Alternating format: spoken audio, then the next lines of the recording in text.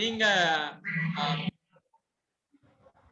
வேட்டில வந்து மனித மாண்பு பற்றியும் இரண்டாம் பகுதியில அவசர பிரச்சனைகள் பற்றியும் விளங்கப்படுத்துறது. எக்ஸாம் பாயிண்ட் ஆஃப் வியூல இந்த மனித மாண்பை வச்சுக்கொண்டு பெரும்பாலும் முதலாவது தேர்ச்சி அந்த முதல் 3 தேர்ச்சிகளுக்குள்ளையும் அதுக்கு பிறகு வந்து பவுலுடைய படிப்பினைகளுக்குள்ளும் பிற்பட்ட பகுதிகளுக்குள்ளையும் இந்த மனித மாண்பு மையமாக வச்சுக்கொண்டு கேள்விகளை அமைக்கலாம். உங்களுக்கு தெரியும் இயேசுவினுடைய காலத்துல வாழ்ந்த ஜூத மக்களுடைய நிலைப்பாடு எப்படி இருந்தது, அங்கே மனித மாண்பு பேணப்பட்டதா, மனித மாண்புக்கு முக்கியத்துவம் கொடுக்கப்பட்டதா, அவர்கள் மனித மாண்புக்கு மேலாக சட்டத்திற்கு முக்கியத்துவம் கொடுத்தார்கள். அதை இயேசு எவ்வாறு மாற்றி அமைத்தார், பவுல் எவ்வாறு அந்த மனித மாண்பு விடயங்களை தன்னுடைய திருச்சபை மூலமாக மக்களுக்கு வெளிப்படுத்தினார், எவ்வாறு திருச்சபை அந்த மனித மாண்புக்கு முக்கியத்துவம் கொடுத்து அதை இன்றைக்கு வெளிப்படுத்தி கொண்டு வருகிறது. இதை நீங்கள் ஆழமாக சிந்தித்தால் மனப்பாங்க கேள்விக்கு இலகுவாக விடை எழுதி கொள்ள முடியும். ஆகவே இந்த பகுதியை நாங்கள் பார்க்க வேண்டும் என்று சொன்னால் நீங்கள் எல்லாரும் எந்த பிரவுன் கலர் புக் வச்சிருப்பீங்க. அதாவது வந்து அந்த புக்கில வந்து 10வது பாடத்துக்குரிய கேள்விகளை மையமா வச்சுக்கொண்டு நான் இப்ப உங்களுக்கு படிப்பிச்சு கொண்டு வாரன். அதுல 4வது கேள்வியை நீங்கள் பாத்தீங்கன்னு சொன்னால் இன்றைய உலகில் திருச்சபை எனும் தீர்மான தொகுப்பில காணப்படும் முக்கிய படிப்பினைகள். அதுல 4 விடயங்கள் இருக்குது. இந்த 4 விடயங்களும் மனிதனை மையப்படுத்தியது. முதலாவது வந்து குடும்பமும் திருமணம், 2வது மனித பண்பாடு, 3வது சமூக பொருளாதார அரசியல் வாழ்க்கை, 4வது உலக அமைதியும் அதற்கு எதிரான போரும். ஆகவே இந்த 4ம் மனித மாண்பை மையமாக கொண்டது. எவ்வாறு ஒரு குடும்ப வாழ்வு அமைய வேண்டும், திருமணம் குடும்ப வாழ்வினுடைய ஆதாரமாகவும், இந்த திருமணம் வந்து பரஸ்பர அன்பை கொண்டதாகவும், கணவனும் மனைவியும் ஒன்றாகி ஒரு குடும்பத்தின் மூலமாக சமூகத்திற்கு ஒரு ஆதாரமாக விளங்குகின்ற ஒரு நிலைப்பாட்டை நாங்கள் பார்க்கிறோம். அதே வேளையில வந்து மனித பண்பாடு, இந்த மனித பண்பாடு எப்படிப்பட்டதாக இருக்கும் என்று சொன்னால் இன்றைக்கு மனிதர்கள் பல இடங்களிலே வாழ்ந்து கொண்டிருக்கிறார்கள். பல இனங்களாக, பல மொழி பேசுபவர்களாக, பல கலாச்சார பின்னணியிலே இருப்பவர்களாக வாழ்ந்தாலும் அந்த வாழ்வின் அறநெறி பார்வையோடு அவர்கள் வாழ வேண்டும் என்பதை விளங்கப்படுத்தும். சமூக பொருளாதார அரசியல் வாழ்க்கை, மனிதன் வந்து ஒரு தனி தீவு அல்ல, கடலில் மிதக்கிற ஒரு தனி தீவு அல்ல.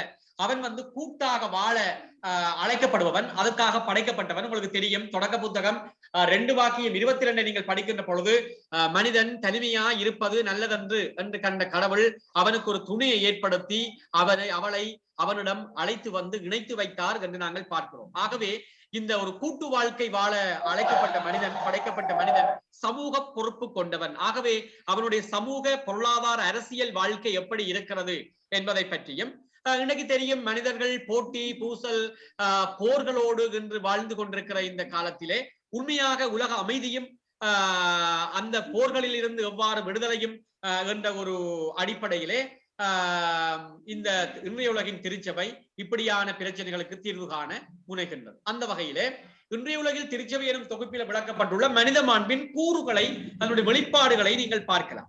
உங்களுக்கு தெரியும், எல்லா மனிதரும் கடவுளின் உருவிலும் சாயலிலும் ஆக்கப்பட்டவர்கள். இதை நாங்கள் மறக்க முடியாது. தொடக்க புத்தகம் 1:27 நீங்கள் வாசிக்கலாம். எல்லா மனிதரும் கடவுளின் உருவிலும் சாயலும் படைக்கப்பட்டவர்கள். ஆகவே மனிதன் தனக்குள்ளே கொண்டிருக்கும் சாயல் இறைச்சாயல். ஆகவே அதை நாங்கள் ஏற்றுக்கொள்ள வேண்டும். இதனால் கடவுள் அளிக்கும் சுதந்திரம் அவர்களது பிறப்புரிமையாகிறது. கடவுள் மனிதனுக்கு சுதந்திரம் கொடுக்கிறார். உன்னை அன்றி உன்னை படைத்த கடவுள் உன்னை அன்றி உன்னை மீட்க மாட்டார் என்று சொல்லப்படுகிறது. ஆகவே கடவுள் எங்களை படைக்கிற பொழுது எங்களை கேட்கவில்லை. ஆனால் எங்களை மீட்க வேண்டும் என்று சொன்னால் கடவுள் நிச்சயமாக எங்களுடைய சம்மதத்தோடு தான் எங்களை மீட்பார் என்று நாங்கள் பார்க்கலாம்.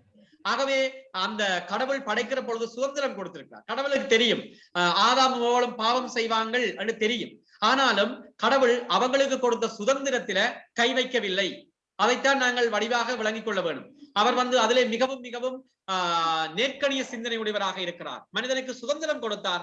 அவன் தன்னுடைய வாழ்க்கை அனுபவத்தின் மூலமாக கடவுளை பற்றி கொள்ள அவர் அனுமதி கொடுக்கிறார். அவர்கள் அறிவும் அறநெறி உணர்வும் கொண்டவர்களாய் இருக்கிறார்கள். அவர்கள் அறிவும் அறநெறி உணர்வும் கொண்டவர்களாக இருக்கிறார்கள். மனிதர்கள் அறிவு கொண்டவர்கள்.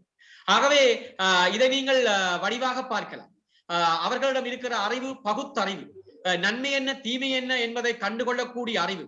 ஆகவே எதை செய்ய வேண்டும், எதை செய்யக்கூடாது, எப்படி வாழ வேண்டும், எதை பின்பற்ற வேண்டும் என்கின்ற விடயங்கள் மனிதர்களிடம் நிறையவே உண்டு. ஆகவே மனிதர்கள் அதை கையாளுகின்ற பட்சத்திலே அவர்களுடைய வாழ்க்கை இறைவனுக்கு ஏற்ற வாழ்க்கையாக அமைகிறது என்ற சிந்தனையை நாங்கள் கருத்திலே கொள்ள முடியும். அனைத்திலும் ஆழ்பொருள் தேடும் ஆர்வம் அவர்களிடம் இயல்பாக இருக்கிறது. அதாவது எதை நாங்கள் பற்றி கொள்ள வேண்டும், எதை பற்றினால் வாழ்க்கையில் முன்னேற முடியும், அதனுடைய தாற்பயம் என்ன, அது ஏன் விடப்படுகிறது என்கின்ற விடயங்களை அலசி ஆராய்ந்து பார்க்கக்கூடிய தன்மை மனிதர்களே காணப்படுகிறது. அவர்களது மனச்சான்றின் ஒளியில் நல்லதையே தேடி தீயதை தவிர்த்து நடக்கும் ஆற்றல் பெற்றவர்கள். அன்பான பிள்ளைகளே, எங்கள் ஒவ்வொருவருக்குள்ளும் கடவுளுடைய குரல் பேசிக் கொண்டிருக்கிறது. அந்த கடவுளுடைய குரலுக்கு பேர்தான் மனச்சான்று. அது எப்பொழுதும் எங்களை நல்ல வழி நோக்கியே நடத்தி செல்லும். நாங்கள் பல வேளைகளில் அந்த மனச்சான்றுக்கு செவி சாய்க்காமல் இருப்பதனாலேயே நாங்கள் சில வேளைகளில் பின்னோக்கி தள்ளப்படுகிறோமே தவிர, நாங்கள் மனச்சான்றுக்கு உண்மையாகவே செவிமடுப்போமாக இருந்தால் வாழ்க்கையில் நாங்கள் இலகுவாக முன்னேற முடியும் என்பதைத்தான் இந்த மனித மாண்பின் கூறுகள் அல்லது வெளிப்பாடுகள் எங்களுக்கு சொல்லி தருகின்றன.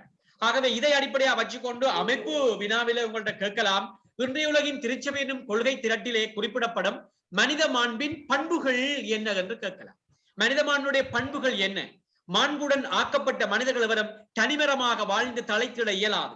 மனிதர் கடலில் மிதக்கும் தனித்தீவுகள் அல்ல, அவர்கள் மாண்புடன் ஆக்கப்பட்ட மனிதர்கள். ஆகவே சமூகமாக வாழ்வது முக்கிய பண்பாகும். மனிதன் சமூகமாக வாழ்வது முக்கிய பண்பாக இருக்கிறது. அடுத்தது மனிதன் சமூக பண்பில் இருந்து அவர்கள் சமத்துவமாக வாழும் தன்மை பிறக்கிறது. மனித உரிமை அதைத்தான் சொல்லுகிறது. மனிதர்கள் அனைவரும் சமமாக இருக்கிறார்கள். கடவுளால் படைக்கப்பட்ட மனிதர்கள் அனைவரும் சமமாகவே இருக்கிறார்கள். ஆனால் இன்று மனிதர்கள் சமமாக பார்க்கப்படுவது இல்லை. அது பல விடயங்களை அடிப்படையாக கொண்டு நாங்கள் பார்க்கலாம். மனிதர் சமத்துவமாக வாழ்வது இயல்பு என்பதால் பின்வருமை பேணப்பட வேண்டும். அதாவது ஒன்று, மனித மாண்பில் இருந்து மனித அடிப்படை உரிமைகள் தோன்றுவதால் அவை பேணி பாதுகாக்கப்பட வேண்டும். பால், இனம், நிறம், சமூக நிலை, மொழி, சமயம் ஆகியவை காரணமாக காட்டப்படும் எந்த பாகுபாடும் வெறுத்து ஒதுக்கப்பட வேண்டியதாகும். ஆகவே இதை நீங்கள் ஒவ்வொருவரும் அன்பான பிள்ளைகளே கருத்தில் கொள்ள வேண்டும். இந்த கேள்வியை பாருங்கள். இன்றைய உலகில் திருச்சபை எனும் கொள்கை திரட்டிலே குறிப்பிடப்படும் மனித மாண்பின் பண்புகள். உங்களுக்கு தெரியும், நான் இப்ப மிக விரைவாக உங்களுக்கு மாடல் பேப்பர்கள் போட தொடங்குவன். இந்த குரூப் எப்ப நீங்கள் பார்த்து கொண்டிருங்க. போன முறை கேள்வி பேப்பர்ல சற்று மாற்றம் வந்தது. இனிமேல் அந்த மாற்றங்கள் ஒன்றும் வராது. அது சரியான முறையில தீர்மானம் பரீட்சை திணைக்களத்தால் எடுக்கப்பட்டிருக்குது. இப்படித்தான் இன்னைக்கு ஒவ்வொரு பேப்பரும் அமையும் என்ற ஒரு திடகாத்திரமான முடிவுக்கு அவங்க வந்திருக்கிறாங்க. ஆகவே இந்த அமைப்பு வினாவை பொறுத்தளவில் உங்களுக்கு தெரியும், முதல் 4 கேள்விகள் ஒரு வினாவில வரும். 2 மார்க்ஸுக்கு, 4 மார்க்ஸுக்கு, 6 மார்க்ஸுக்கு, 8 மார்க்ஸுக்கு. இந்த 6 மார்க்ஸுக்கும் 8 மார்க்ஸுக்கும் வர கேள்விகளை நீங்கள் சாதாரணமான அமைப்பு வினா கேள்விகள் போல விடை எழுதிவிட முடியாது. அவற்றை சற்று நீங்கள் விளக்க வேண்டும், கலந்தாலோசித்து விடையளிக்க வேண்டும். ஆகவே அது எப்படி அமையும் என்பதனை நான் உங்களுக்கு விளங்கப்படுத்துவேன். நீங்கள் சில வேளைகளில நான் படிப்பிச்சு கொண்டிருக்கக்குள்ள நீங்கள் ஏதாவது கேட்க வேண்டும் என்று சொன்னால் நீங்க அன்மியூட் பண்ணி போட்டு நீங்கள் என்னிடம் கேட்கலாம். ஏதாவது பிரச்சனைகள் இருக்குமா இருந்தால் நான் உங்கள்ட்ட கேட்பேன். குறிப்பிட்ட நேரத்துக்கு பிறகு இதுக்குள்ள நீங்கள் ஏதாவது கேட்க வேணுமான்னு சொன்னால் நீங்கள் கேட்டுக்கொள்ளலாம். மற்றது இன்றைக்கு முதல் கிளாஸ் அப்படினால நான் கொஞ்சம் ஃபாஸ்டா போறேன். சில விஷயங்களை உங்களுக்கு சொல்லி முடிக்கிறதுக்காக வேண்டி இன்றைக்கு இந்த கிளாஸ் முடிய உங்களோட சில கலந்தாலோசிச்சு போட்டு அதுக்கு பிறகு நாங்கள் சரியான முறையில போய்கொண்டிருப்போம். ஏன்னா இன்றைக்கு திடீரென்று இவ்வளவு பேர் சேர்வாங்கன்னு நான் எதிர்பார்க்கல. கணவர் வெயிட்டிங்ல இருக்கிறாங்க. ஆனால் அவங்களுக்காக வேண்டி 11:30க்கு திரும்பவும் இந்த கிளாஸ் இருக்கும் என்றதை உங்களோட ஃப்ரெண்ட்ஸுக்கு நீங்கள் சொல்லிக் கொள்ளலாம். பிள்ளைகளே, அடுத்த கேள்வி ஒன்றை குறிச்சு வச்சுக்கொள்ளுங்க. இந்த கேள்வி ஒரு மனப்பாங்க கேள்விக்கு வரக்கூடிய கேள்வி. கிறிஸ்தவ மாணவர் என்ற வகையில மனித மாண்பை பேண நீர் முன்வைத்து செயற்படுத்தக்கூடிய ஆலோசனைகளை விளக்குக. அதாவது கிறிஸ்தவ மாணவர் என்ற வகையில மனித மாண்பை பேண நீர் முன்வைத்து செயற்படுத்தக்கூடிய உம்முடைய ஆலோசனைகள் அல்லது செயற்பாடுகள் என்று கூட கேட்கலாம். இது ஒரு நல்ல கேள்வி, எக்ஸாம் பாயிண்ட் ஆஃப் வியூ கேள்வி. இந்த கேள்வியை நீங்கள் எதிர்பார்த்து படிக்கலாம். ஏனென்றால் இந்த கேள்வி பல பகுதிகளுக்குள்ள சேர்ந்து வரக்கூடிய கேள்வியாக இருக்கும். இன்றைய சமூக பொருளாதார அபிவிருத்தி பணிகளில செயற்பாட்டுடன் பங்கு கொண்டு நீதிக்காகவும் அன்புக்காகவும் போராடி மனித அபிவிருத்திக்கும் உலக அமைதிக்கும் துணை புரிதல். இது ஒரு மிக முக்கியமான விடயமாக இருக்கிறது. அனைத்து கிறிஸ்தவர்களும் தமது கடமைகளையும் பொறுப்புகளையும் சரியாக நிறைவேற்ற வேண்டும். பிள்ளைகளை நீங்கள் இந்த மனப்பான்மை கேள்விக்கு விடை எழுதைக்குள்ள பல பேர் நீங்க வேற வேற இடங்கள்ல பார்த்து எழுதின விடைகளை அப்படி பாடமாக்கிட்டு எழுதுன தன்மை காணக்கூடியதாக இருக்குது. நீங்க பல பேர் மறந்து போறீங்க. இந்த மனப்பான் கேள்விக்கு நீங்க விடை எழுதுற பொழுது நீங்கள் மாணவர்கள் என்றதை மறக்க வேண்டாம். நீங்கள் நாட்டின் தலைவர்கள் அல்ல. நீங்கள் பெரிய பெரிய பிரச்சனைகளுக்கு தீர்வு கூறுகின்ற செயற்பாட்டாளர்களும் அல்ல. நீங்கள் சாதாரணமாக மாணவ மாணவிகள் அல்லது இளைஞர்கள், யுவதிகள். அந்த அடிப்படை மட்டத்திலே இருந்து கொண்டு சிந்தித்து விடை எழுதினால் அந்த மனப்பாங்க கேள்விக்கு கொஞ்சம் கூட நீங்கள் புள்ளிகளை பெறலாம். நான் போன வருடம் ஒரு புத்தகம் ஒன்று வெளியிட்டேன், ஒரு நீல புத்தகம், பரீட்சை வழிகாட்டி என்று. அதிலே நான் எப்படி மாணவர்கள் மனப்பாங்க கேள்விக்கு விடை எழுத வேண்டும் என்பதனை நான் அதிலே முற்றுமுழுதாக எழுதி காட்டியிருக்கிறேன். ஆகவே அதை நீங்கள் எழுதி கொள்ளலாம், அல்லது நான் அப்படியான விடைகளை உங்களுக்கு குரூப்ல போட முடியும் என்றால் நான் போடுறேன். ஆகவே நீங்கள் அதை கருத்தில் கொள்ள வேண்டும். ஒரு மாணவர்கள் அல்லது இளைஞர்கள், யுவதிகள் என்ற ஒரு ஸ்தானத்தில இருந்து விடை கூறக்கூடியதாக உங்களுடைய விடைகள் இருக்க வேண்டும். பொது நலனுக்காக உழைத்தல், அதாவது இந்த பொது நலன் என்றது மாணவ மாணவிகள் மட்டிலே என்ன? ஒரு பாடசாலையிலே தவறான வழியிலே செல்லுகின்ற உங்களுடைய நண்பர் நண்பியருக்கு சரியான ஒரு வழித்துணையாக நீங்கள் செயற்படுவது, அவர்கள் விடுகிற பிழைகளை அவர்களுக்கு எடுத்துச் சொல்லுவது, உங்களுக்கு அவர்கள் செவிசாய்க்காத பட்சத்திலே ஆசிரியர்கள் மூலமாக, பெற்றோர்கள் மூலமாக அவர்களை நல்வழிக்கு கொண்டு வருவதற்கு நீங்கள் முயலுவது, வறிய மாணவர்களுக்கு நீங்கள் உதவி செய்வது, அல்லது பல்வேறுபட்ட சிக்கல்களுக்குள்ளே தவிக்கின்ற மாணவ மாணவிகளுக்கு நீங்கள் ஆறுதலாக இருப்பது, ஆசிரியர்களோடு நீங்கள் ஒத்து போவது, பாடசாலையுடைய முன்னேற்றத்திற்கு உங்களான முழுமையான பங்களிப்பை செய்வது, சமுதாயத்திலே உங்களுக்கு கீழே இருக்கின்ற சிறுவர்களுக்கு வழிகாட்டிகளாக இருப்பது, அவர்கள் விட இருக்கின்ற பிரச்சனைகளில் இருந்து அவர்களை பாதுகாப்பது, இப்படியான விடயங்கள் தான் உண்மையாகவே மாணவ மாணவிகளாகிய நீங்கள் சிந்திக்கக்கூடிய விடயமாக இருக்கும். மனிதனது உடல் உள ஆன்மீக தேவைகளை அறிந்து அவற்றை நிறைவேற்றுதல். நீங்கள் இப்பொழுது தங்கி வாழ்வர்களாக இருக்கிறீங்க. பொதுவாக உங்களுடைய செலவுகளுக்கு நீங்கள் உங்களுடைய பெற்றோர்களிடத்தான் நீங்கள் கேட்க வேண்டும். அப்படி இருக்கக்குள்ள நீங்கள் மற்றவர்களுக்கு உதவி செய்ய முடியாது. ஆனால் நீங்கள் படிக்கிற பிள்ளைகள் பல விடயங்களை அறிந்து வைத்திருப்பவர்கள், வறியவர்கள், யாரிடம் போனால் அவர்களுக்கு உதவி கிடைக்கும் என்று உங்களுக்கு தெரியும். ஆகவே அவர்களிடம் அனுப்பி அவர்கள் அவ்வாறான உதவிகளை பெற்றுக் கொள்வதற்குரிய வழிகளை நீங்கள் செவிக்கலாம். கடவுளின் சாயலாக படைக்கப்பட்ட மனித ஆளுமை, ஞானம், உண்மை, சுதந்திரத்தை காக்க வேண்டும். ஆகவே முக்கியமான விஷயம் நீங்கள் பொறுப்புள்ள பிள்ளைகளாக வாழுதல், உங்களுடைய கடமைகள் உரிமைகள் என்ன என்பதை அறிந்து கொள்ள. இக்காலத்திலே உங்களுடைய உன்னதமான கடமை நீங்கள் படிப்பது, வீட்டில் இருந்து கொண்டு உங்களுடைய பெற்றோர்களுக்கு முடிந்தவரை உதவி செய்வது, ஏதோ ஒரு விதத்திலே உங்களுடைய பங்களிப்பை உங்களுடைய குடும்பத்துக்கு கொடுப்பது, இதுதான் உங்களுடைய கடமையாக, உரிமையாக இருக்கிறது. சமூகத்திலே ஒற்றுமையாக வாழ்தல். இன்றைக்கு பிள்ளைகளே, இந்த முறை நான் ஒரு கேள்வி எதிர்பார்க்கிறேன். இந்த தற்கொலையை சம்பந்தமாக வச்சுக்கொண்டு சில வேளையில் ஒரு மனப்பான்பு கேள்வி கேட்கலாம். இன்று மனிதர்கள் தங்களையே அழித்துக் கொள்ளும் அளவிற்கு தற்கொலை செய்து கொள்ளுகிறார்கள். கிறிஸ்தவ மனப்பான்மையில் இவ்விடயத்தை ஆராய்க என்று கேட்கலாம். இதை நான் மாடல் பேப்பர்களை போட்டு உங்களுக்கு விளங்கப்படுத்துவேன். இன்றைக்கு மாணவ பருவத்திலே இருக்கின்ற பிள்ளைகள், அதிகமானவர்கள் தங்களுடைய வாழ்வை இழக்கும் அளவிற்கு வருகிறார். அதுக்குரிய பிரச்சனைகள் என்ன என்பதை நாங்கள் பார்க்கின்ற பொழுது, குறிப்பாக நட்பு வட்டாரங்களிலே அல்லது மாணவ பிராயங்களிலே அவர்களோடு சேர்பவர்களால் ஏற்படுகிற பிரச்சனைகளுடைய விளைவுதான் இதற்கு காரணமாக இருக்கிறது. ஆகவே அப்படிப்பட்ட நிலையில் இருந்து நீங்களும் உங்களை காப்பாற்றி அத்தகைய நிலையில் இருப்பவர்களையும் காப்பாற்றுவது உண்மையாகவே மனித மாண்பை போற்றுகின்ற அல்லது அதை வளர்க்கின்ற செயற்பாடாக இருக்கும் என்பது என்னுடைய கருத்தாக இருக்கும். ஆகவே இதை மையமா வச்சுக்கொண்டு இன்றைய உலகிலே திருமணம், குடும்பம் எவ்வாறு உள்ளன என்று 2ஆம் வத்திக்கான் சங்கத்தினுடைய பார்வையில் நாங்கள் பார்க்கின்ற பொழுது, சங்கம் திருமணத்தை, குடும்பத்தை அடிப்படை மனித உறவாக பார்த்து அதனை அன்பு சமூகம் என வரையறுத்தது. அதில் மனித மைய ஆழ்நிலை அன்புறவு இன்றியமையா இடம்பெறுவதை காண முடிகிறது. ஆனால் அன்பான பிள்ளைகளே, இன்றைக்கு இந்த திருமணமும் குடும்ப வாழ்வும் எப்படி இருக்கிறது என்பது எங்களுக்கு தெரியும். இன்றைக்கு எத்தனையோ வழிகளிலே ஆடம்பரமாக கொண்டாடப்பட்டு பணச்செலவுகளோடு ஒரு திருமணம் நடத்தி வைக்கப்பட்டு அந்த திருமணம் ஒரு குறிப்பிட்ட காலத்தில் முறிந்து போகின்ற ஒரு துர்ப்பாக்கிய நிலையை எங்களுடைய சமூகத்திலே நாங்கள் பார்க்கக்கூடியதாக. இதை நீங்கள் வடிவாக பார்க்கலாம். அதனாலே நான் பலருக்கு சொல்றது இன்றைய திருமணம் எல்லாம் ஒரு நாள் ஒரு வார திருமணங்களாகவே இருக்கிறது. திங்கட்கிழமைகளிலே சந்திப்பு, செவ்வாய்க்கிழமைகளிலே காதல், புதன்கிழமைகளிலே கல்யாணம், வியாழக்கிழமை சண்டை, வெள்ளிக்கிழமை விவாகரத்து, சனிக்கிழமை ஓய்வு, ஞாயிற்றுக்கிழமை இரண்டாம் கல்யாணம் என்று இந்த திருமண வாழ்க்கை ஒரு மந்த கதியிலே போய்கொண்டிருப்பதை நாங்கள் பார்க்கக்கூடியதாக இருக்கிறது. ஆகவே நீங்கள் அந்த ஒரு பருவத்திலே இருக்கிற பிள்ளைகள், இளைஞர்கள், யுவதிகள் என்ற ஸ்தானத்தில் இருந்து அங்காலே பருவமாற்றத்தில் கலந்து போகிற நிலையிலே ஒரு உன்னதமான அறிவை, முதிர்ச்சியான அனுபவத்தை நீங்கள் பெற்றுக்கொள்வது சால சிறந்தது. ஆகவே திருச்சபையினுடைய படிப்பினைகளுக்கு நீங்கள் செவிசாய்த்துக் கொள்ளுங்கள். திருமண அன்பினால் உருவாகும் நெருங்கிய உறவு சமூகம் குடும்பமாகும். அதனை படைப்பின் கடவுள் ஏற்படுத்தினார். மனிதர்கள் திருமணத்தை ஏற்படுத்த இல்லை. அதனால்தான் மத்தேயு புத்தகத்தில் நாங்கள் பார்க்கிறோம், கடவுள் இணைத்ததை மனிதன் பிரிக்காதிருக்கட்டும் என்று சொல்லப்படுகிறது. ஆகவே இது கடவுளுடைய ஏற்பாடு. ஆகவே இதை நாங்கள் யாருமே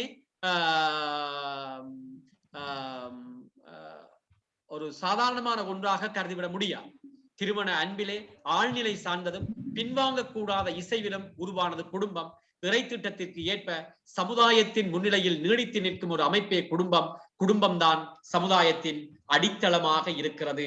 ஏனென்றால் ஞானத்தை அதிகமாக பெறவும், மனித உரிமைகளை சமூக வாழ்வு தேவைகளோடு இணைக்கவும், பல தலைமுறைகள் ஒன்று கூடி ஒருவருக்கொருவர் உதவி புரிந்து வாழும் இடமாக குடும்பம் உள்ளது.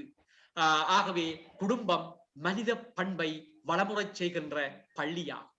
மனித உயிரை வழியாக வழங்கும் காக்கும் உயரிய கடமையை கடவுள் திருமணம் வழியாக குடும்பத்திடம் ஒப்படைத்துள்ளார். திருமணமானோர் திருமண அன்பில் பிரமாணிக்கமாக வாழ்வதால் இயேசு கிறிஸ்துவின் வாழ்வு, பாடுகள், மரணம், உயிர்ப்பு வழியாக வெளிப்படுத்தப்பட்ட இறை அன்புக்கு சாட்சியம் பகர்கின்றனர். ஆகவே அன்பான பிள்ளைகளே, இந்த குடும்பத்தை பற்றி நீங்கள் வடிவா கண்டுகொள்ளுங்க. இந்த குடும்பம் திருமணம் பற்றி நாங்கள் 3 இடங்களிலே பார்க்கிறோம். முதலாவது 3வது தேர்ச்சியில பார்க்கிறோம், ஜூத சமூகத்தை அடிப்படையாக கொண்டு. அதுக்கு பிறகு 5வது பாடத்தில பவுலுடைய படிப்பினைகளை பார்க்கிறோம். பிறகு 10வது பாடத்தில பார்க்கிறோம். ஆகவே இந்த குடும்பம் உங்களுடைய எக்ஸாம் பாயிண்ட் ஆஃப் வியூல ஒரு முக்கியமான பகுதியாக இருக்கும். ஏனென்றால் அது 3 தேர்ச்சிகளுக்குள்ள வருவதனால் எங்கேயோ ஒரு இடத்துல இந்த மனப்பாங்க கேள்வியாகவோ அல்லது நேரடி கேள்வியாக போடக்கூடிய தன்மையை நீங்கள் பார்க்கலாம். ஆகவே இந்த திருமணம் குடும்பத்தின் மாண்பை பேணி வளர்த்தலுக்கு சங்கம் சில விடயங்களை முன்வைக்கும். அதை நீங்கள் பார்க்கணும். அதாவது இவ்வளவுதான் அண்டு இல்ல இருந்தாலும் சங்கம் இப்படியான விடயங்களுக்கு சில வழிகளை சொல்லித் தருகிறது. முதலாவது திருமணம் குடும்பத்தின் தூய தன்மையை பேணுதல். அதைத்தான் நாங்கள் எங்களுடைய ஆன்மீக நிலையிலே பார்க்கிறோம். ஒரு பிரமாணிக்கமான வாழ்க்கை அது முன்னெடுக்கப்பட வேண்டும். ஒரு கணவன் மனைவிக்கிடையே, பெற்றோர்கள் பிள்ளைகளுக்கிடையே ஒரு பிரமாணிக்கமான அன்பு நிறைந்த, விட்டு கொடுக்கின்ற, புரிந்துணர்வு கொண்ட, மன்னிக்கின்ற ஒரு வாழ்க்கை வாழப்பட வேண்டும். அடுத்தது திருமண அன்பை களங்கமின்றி பிளவுபடா தன்மையுடன் வாழும். இன்றைக்கு அதுதான் பெரிய பிரச்சனையாக இருக்கிறது. இந்த பிரமாணிக்கம் என்றது இல்லாமல் போகின்ற பொழுது அங்கே ஒரு சுயநல வாழ்க்கை எழுகிறது. கணவன் தனக்காக, மனைவி தனக்காக வாழுகின்ற ஒரு வாழ்க்கை தொடங்குகின்ற பொழுது அங்கே திருமண அன்பு முறிந்து போகின்றது. பிரமாணிக்கம் அற்ற தன்மை எழுகின்றது. அதே வேளையில திருமண அன்பு தன்மையிலேயே பிள்ளைகளை பெற்று பயிற்றுவிப்பதற்கென்று அமைக்கப்பட்டுள்ளது. திருமண அன்பு மனித உயிர் மட்டிலே மதிப்பும் உயிர் காக்கும் தன்மையும் கொண்டிருக்கிறது. ஆகவே அதை ஒரு புனிதமாக நீங்கள் கண்டுகொள்ள வேண்டும். திருமணத்தையும் குடும்பத்தையும் பேணி வளர்த்தல் யாவருக்கும் உரிய கடமையாகும்.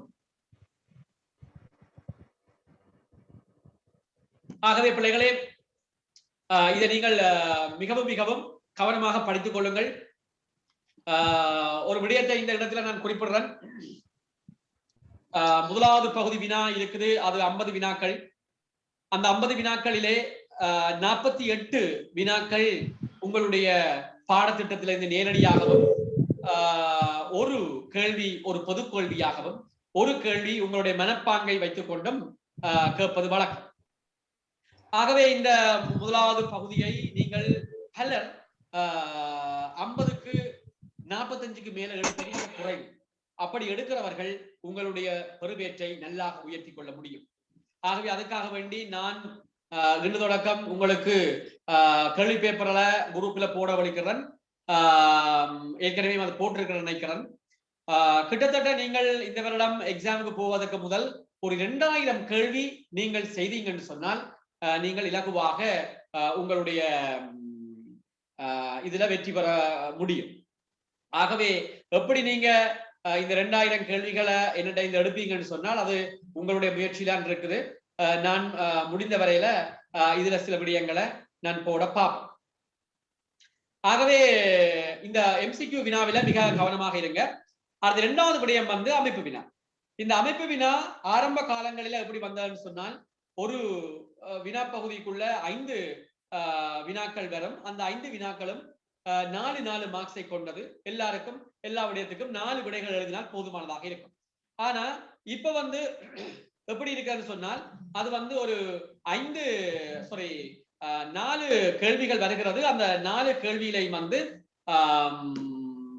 ஒவ்வொரு கேள்விக்கும் உரிய புள்ளிகள் வேறுபட்டு காணப்படுது. 2, 4, 6, 8 வரும். ஆகவே அதுக்கேற்ற விதத்திலே நீங்கள் விடைகள் எழுதி பழக வேண்டும். அதை நாங்கள் மாதிரி வினாத்தாள் வகுப்பிலே நாங்கள் பார்த்துக் கொள்வோம். அதே போல கற்ற வினாக்கள் ஆனா ஆவண்ணா பிரிவு 10 புள்ளிகள். அதுக்கும் நீங்கள் எப்படி விடை எழுத வேண்டும் என்ற விடயங்களை நீங்க தெரிந்து வைத்துக் கொள்ள வேண்டும். அதை நான் யூடியூப்லையும் சில வேளையில படிப்பிச்சு போடுவேன். சில யூடியூப்களுக்கு போட்டிருக்கிறேன். அதை நீங்க பாருங்க. அந்த யூடியூப்பை நீங்க சப்ஸ்கிரைப் பண்ணி விட்டீங்கன்னு சொன்னால் நான் எப்பப்பெல்லாம் யூடியூப் போடுவேனோ அது உங்களுக்கு நேரடியாக வந்து கிடைக்கும். ஆகவே இந்த விடயங்களை நீங்க பெற்றுக்கொள்ள வேண்டும். குறிப்பாக இந்த 10வது பாடம் பிள்ளைகள் படிப்பது குறைவு. என்னால் அது மனசிலே இருக்கிற பாடம் என்றதுனால. ஆனால் எக்ஸாம் பாயிண்ட் ஆஃப் வியூல மிக முக்கியமான பாடம் இதாக இருக்கும். சில வேளையில சில கஷ்டமாகவும் இருக்கும். நீங்க இந்த பாடம் விளங்க இல்லைன்னு சொன்னால் திருப்பவும் இதை நான் இன்னும் இலகுவாக விளங்கப்படுத்தலாம். நீங்கள் சிலபஸ் எல்லாம் ஸ்கூல்ல முடிச்சிருக்கிறீங்க. இது ஒரு உங்களுக்கு ஒரு எடுத்துக்காட்டு என்ற ஒரு அடிப்படையில தான் நான் இந்த வகுப்பை இப்ப கொண்டு போறேன். இந்த வகுப்பு முடிய நீங்கள் உங்களுடைய கமெண்ட்ஸை சொல்லலாம். அதுக்கு பிறகு அதுக்கேற்ற மாதிரி நாங்கள் மாற்றுவோம். ஆகவே இப்ப திரும்பவும் நாங்கள் எங்களுடைய பகுதிக்குள்ள வருகிற பொழுது சங்கத்தின் பார்வையில் பண்பாடு பற்றிய முக்கியமான விடயங்கள். பிள்ளைகளை இதை 1வது தேர்ச்சியோட நீங்க இணைத்து பார்க்கலாம். பண்பாடு என்றால் என்ன என்ற பகுதியை நீங்க படிச்சிருப்பீங்க 1வது பாடத்துல. அதே வேளையில அப்ப வந்து பண்பாடு ஒரு சமூகத்தை அடிப்படையாக கொண்டது. அதே வேளையில 2ஆம் வத்திக்கான் சங்கம் வந்து அந்த பண்பாடு எப்படி பாக்குதுன்ற விடயத்தை நீங்க வடிவாக அறிஞ்சு கொள்ள வேண்டும். ஒரு காலம் இருந்தது திருச்சபையில வத்திக்கான் சங்கத்துக்கு முதல் 2வது வத்திக்கான் சங்கத்துக்கு முதல் there is no salvation outside of the church. அதாவது திருச்சபைக்கு வெளியே மீட்பு இல்லை என்ற ஒரு நிலைதான் காணப்பட்டது. ஆகவே திருச்சபையை பின்பற்றுகின்றவர்கள் அனைவரும் திருச்சபை பண்பாட்டை பின்பற்ற வேண்டும். அதாவது லத்தீன் மொழியிலே திருப்பலியும் லத்தீன் திருச்சபை அமைப்புக்கேற்ப வழிபாட்டு முறைகளும் காணப்பட்டது. ஆனால் 2ஆம் வத்திக்கான் சங்கத்துக்கு பிறகு திருச்சபை ஒரு கொள்கையை வெளியிட்டது. திருச்சபைக்கு வெளியேயும் மீட்பு உண்டு. there is salvation even outside of the church. அதாவது திருச்சபைக்கு வெளியேயும் மீட்பு உண்டு. ஆகவே திருச்சபை ஒரு மனிதனுடைய சமூக பண்பாட்டை அவனுடைய மொழி கலாச்சாரத்தை மதித்து அதன் மூலமாக கிறிஸ்துவை அறிவிக்க வேண்டும் என்கின்ற ஒரு கோட்பாடு திருச்சபையிலே கொண்டு வரப்பட்டது. ஆகவே 2ஆம் வத்திக்கான் சங்கத்தினுடைய பண்பாடு பற்றிய விடயம் மிகவும் அற்புதமானது. அதனால்தான் நாங்கள் இன்றைக்கு எங்களுடைய தமிழ் மொழியிலே திருப்பலிகளை காணக்கூடியதாகவும் எங்களுடைய தமிழ் கலாச்சார பண்பாட்டுக்கு ஏற்ற விதத்திலே எங்களுடைய வழிபாட்டு கொண்டாட்டங்களை நடத்தக்கூடியதாகவும் இருப்பதை நாங்கள் பார்க்கலாம். ஆகவே இதை நாங்கள் ஆழமாக பார்க்கின்ற பொழுது பண்பாட்டை உருவாக்கி வளர்த்தவர்கள் மனிதர்கள் என்பதனால் பண்பாடு மீறவியலா தன்மையுடையது. ஒவ்வொருவருடைய பண்பாட்டை நாங்கள் மதிக்க வேண்டும். அது ஒவ்வொருவருடைய பண்பாடுகளும் மாறுபட்டு காணப்படலாம். ஆனால் அந்த பண்பாடு மனித வாழ்வின் முன்னேற்றத்தை மையமாக கொண்டது என்பதை நாங்கள் ஒவ்வொருவரும் ஏற்றுக்கொள்ள வேண்டும். பண்பாடு வளர்ச்சி அடைய நியாயமான சுதந்திரமும் தன்னுரிமையுடன் செயல்படும் வாய்ப்பும் தேவைப்படுகிறது. ஆகவே பண்பாட்டு வாழ்க்கையை வளர்க்க ஏதுவான சூழ்நிலைகளையும் உதவிகளையும் பொது அதிகாரிகள் உருவாக்கி கொடுக்க வேண்டும். பண்பாடு தனக்குரிய குறுக்கோளில் இருந்து பிறழ்ந்து அரசியல் பொருளாதார ஆதிக்கத்திற்கு அடிமை ஆக்கப்படாதிருக்க கவனமா பார்த்துக் கொள்ள வேண்டும். அன்பானவர்களை, சில வேளைகளில் தங்களுடைய சுயலாபம் கருதி சில பேர் ஒரு பண்பாட்டை தன்மையப்படுத்தக்கூடும். ஆகவே அந்த விடயங்களில் இருந்து மிகவும் கவனமாக பண்பாட்டை நாங்கள் பாதுகாத்துக் கொள்ள வேண்டும். பண்பாடு என்பது மனித ஆளின் முழு நிறைவுக்கும் சமூகத்தினுடைய நன்மைக்கும் மனித சமுதாயம் அனைத்தினுடைய நலனுக்கும் பணிபுரிவதாக இருக்க வேண்டும். அதற்கு மனித உள்ளம் பண்படுத்தப்பட வேண்டும். இந்த கூற்று மிக முக்கியமானது. நாங்கள் பல விடயங்களிலே எங்களை பண்படுத்திக் கொள்ள வேண்டும். அப்பொழுதுதான் பண்பாடு சரியான முறையிலே பாதுகாக்கப்படும், வாழப்படும். விழிப்புணர்வு கொள்ளல், உள்ளூர அறிதல், ஆழ்ந்து தியானித்தல், சொந்தமாக மதிப்பீடு செய்தல், சமய உணர்வு, அறநெறி உணர்வு, சமூக உணர்வு ஆகியவற்றை வளர்த்தல் போன்றவற்றை ஊக்குவிக்க மனித மனத்தை பண்படுத்த வேண்டும். முழுமையான மனித பண்பாட்டுக்கான கல்வி முறை வளர்க்கப்பட்டு ஊக்குவிக்கப்பட வேண்டும். நிலப்பகுதிகளின் பண்புகளுக்கு ஏற்ப இக்கால மக்களுக்கு பொருத்தமான புது கலைப்பாணிகளை திருச்சபை ஏற்றுக்கொள்ள வேண்டும்.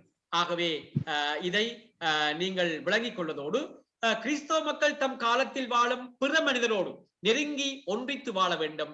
பண்பாட்டின் வழியாய் அவர்கள் வெளிப்படுத்துகின்ற சிந்தனை முறைகளை, உணர்வு பாணிகளையும் புரிந்து கொள்ள முயல வேண்டும். புதிய அறிவியல்கள், கொள்கைகள், மிக அண்மை கால கண்டுபிடிப்புகள் ஆகியவை உணர்ந்து கொள்ள அறிவு வளர்ச்சியை கிறிஸ்தவ அறநெறியோடும் கிறிஸ்தவ படிப்பினையோடும் இணைந்திட நம்பிக்கை கொண்டோர் முயல வேண்டும். இவ்வாறு மனித பண்பாட்டை கிறிஸ்தவத்தோடு இசைவுற இணைக்க வழி செய்ய வேண்டும் என்று வத்திக்கான் சங்கம் சொல்லுகிறது. ஆகவே இதை நீங்கள் மிகவும் மிகவும் கவனமாக பார்த்து எடுத்துக்கொள்ள வேண்டும். ஆகவே இந்த நேரத்துல நீங்கள் இப்ப நாங்கள் ஒரு முக்கியமான முதல் பகுதியை முடித்திருக்கிறோம் இந்த பண்பாடு இந்த வத்திக்கான் சங்கத்திலே.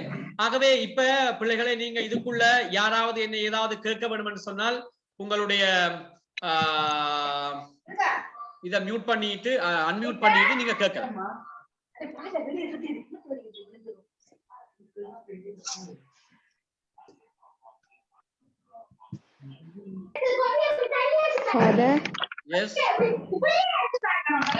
எனக்கு அந்த குடும்ப வாழ்வுல அந்த இடையில கொஞ்சம் விளங்கல. சொல்லுங்கம்மா, எந்த பகுதி விளங்கல? அந்த கடைசி அந்த திருமணத்தின் அந்த இதுகள் இருக்குல்ல, பேணி வளர்த்தல், சங்க முக்கியம். ஓகே, குடும்பத்துடைய திருமணம் குடும்பத்தினுடைய தூய தன்மையை பேண வேணும். அது மிக முக்கியம். பாருங்க, அதாவது திருமணத்தினுடைய நோக்கம் என்ன? அன்பை பரிமாறுதலும் குழந்தைகளை பெற்றெடுத்தலும், அதனுடைய பண்பு ஒருமை, கட்டவிழாமை. ஆகவே ஒருத்தனுக்கு ஒருத்தி, ஆனா அந்த ஒருத்தனுக்கு ஒருத்தியின் நிலைப்பாடு சாகும் வரை அவர்கள் ஒன்றித்திருத்தல். ஆகவே இதுதான் பிரமாணிக்கம். ஒருவருக்கொருவர் உண்மையாக வாழ்தல், புரிந்துணர்வு கொள்ளல், கட்டி கொடுத்தல், மன்னித்து நடத்தல், ஏதாவது மனத்தாங்கள் ஏற்பட்டால் மன்னித்து மறந்து போதல். இதுதான் திருமணத்தினுடைய தூய தன்மை. அதாவது கமிட்மெண்ட், அர்ப்பணம். திருமண வாழ்வு என்பது உண்மையாகவே ஒரு அர்ப்பண வாழ்வு. ஆகவே அந்த தூய்மையை தன்மையை பேண வேண்டும். அடுத்தது அன்பை களங்கமின்றி பிளவுபடா தன்மையுடன் வாழ்தல். நீங்க பல வேலைகள்ல பாருங்க, இன்னைக்கு குடும்பத்துக்குள்ள பிரச்சனை வருது. என்ன காரணம் என்றா, ஒரு அங்க பார்க்க போனா ஒரு சின்ன காரணமா தான் இருக்கும். ஆனால் ஒரு பிரச்சனை ஏற்படுகின்ற பொழுது யாரும், அதாவது கணவனோ மனைவியோ மனம் விட்டு பேசுற இல்ல, அதை தங்களோட உள்ளத்துக்கு வச்சிருந்து ஒரு பிரச்சனை ஏற்படுகின்ற பொழுது எல்லாத்தையும் வெளிப்படையாக சொல்லுவது. அப்படி சொல்லுகின்ற பொழுது இரண்டு சாராருக்குள்ளேயும் ஒரு மாறுபட்ட தன்மை ஏற்படுகிற பொழுது இந்த திருமண வாழ்வு முறிவடைந்து போகிறது. காரணம் என்னன்னு சொன்னால், அங்கே அவர்கள் புரிந்துணர்வு இல்ல, விட்டு கொடுப்பு இல்ல, மன்னித்து மறக்கிற தன்மை இல்லை. அடுத்த திருமண அன்பு மனித உயிர் மட்டில் மதிப்பும் உயிரை காக்கும் கடமையையும் கொண்டது. அதாவது நான் ஏற்கனவே சொன்னேன், இது ஒரு கமிட்மெண்ட், அர்ப்பணம், தியாகம். ஆகவே ஒருவருக்காக வாழ்தல், தனக்காக வாழ்ற இல்ல, சுயநலத்துக்காக வாழ்றதல்ல. மாறாக கணவன் மனைவிக்காக, மனைவி கணவனுக்காக, பிள்ளைகள் பெற்றோருக்காக, பெற்றோர்கள் பிள்ளைகளுக்காக வாழுகின்ற ஒரு தியாக வாழ்வுதான் இந்த குடும்பம், திருமணம். அவை திருமணத்தையும் குடும்பத்தையும் பேணி வளர்த்தல் யாவருக்கும் உரிய கடமையாகும். எங்களுடைய குடும்பங்களை நாங்கள் பேணி பாதுகாக்க வேண்டும். அதே போல எங்களோடு வாழுகின்ற ஏனைய குடும்பங்களுக்கும் நாங்கள் ஒரு மாதிரியான வாழ்வை காட்ட வேண்டும். அதுதான் இந்த திருமணம் குடும்பத்தினுடைய மாண்பை பேணி வளர்த்தலுக்கு சங்கம் முன்வைக்கும் முக்கிய படிப்பினையாகும். விளங்குதா? வேற எதுவும் கேள்விகள் இருக்கா? கேளுங்க, மற்றவர்களும் கேட்கலாம்.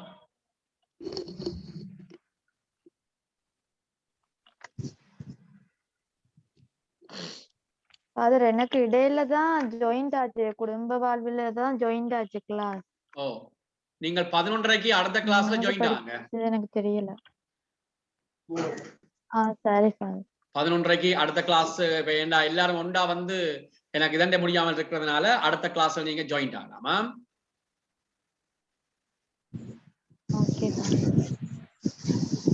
ஓகே. நீங்க மற்றாக்கள் ஏது வராத கேட்கணும்னு சொன்னால் பிள்ளைகளே டீச்சர் மாதிரி இருந்தாலும் கேட்கலாம், அல்லது டீச்சர்ஸ் உங்களுடைய விளக்கங்களையும் இதுல பதிவு செய்யலாம். நான் தான் சொல்ல வேண்டிய இல்ல, டீச்சர்ஸுக்கு நான் சான்ஸ் தாரன்.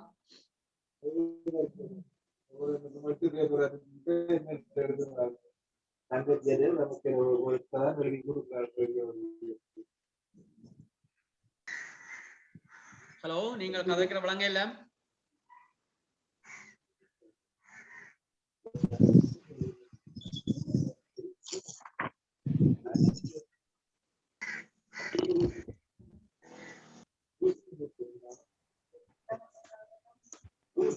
ஏதாவது கேள்வி கேட்கணுமா?